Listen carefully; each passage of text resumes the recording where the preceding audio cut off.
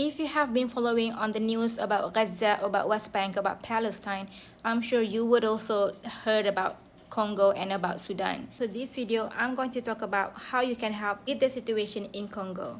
Now, the activists of Free Congo, they are asking us to think thoroughly before we purchase anything electronics. This is how we can help them. About 48% of the world's cobalt reserves are in Congo, but 70% of the world's mined cobalt comes from there.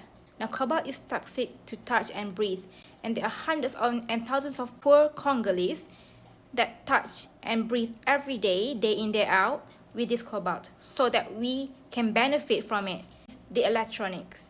Now, these activists, they are calling us to avoid any electronics that we do not need. People on TikTok are quitting vaping to protest child labor in Congo, which is a good thing.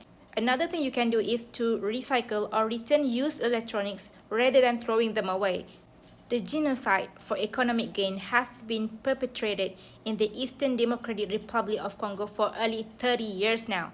Now, this genocide has resulted until today in death of over 10 million people, with more than 500,000 women raped and nearly 8 million people displaced to camps. We have to push and support politicians and policies that incentivize e-waste recycling and supply chain auditing.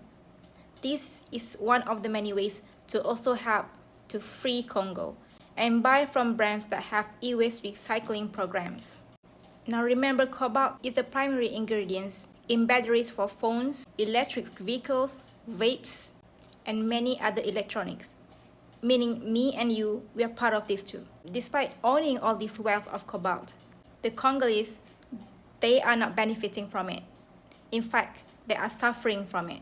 The poverty rate in Congo is 62%, 178 out of 182 of the 2020 ND Global Adaptation Index. Now you know this is part of colonization, and this is part of white power supremacy and Western power supremacy.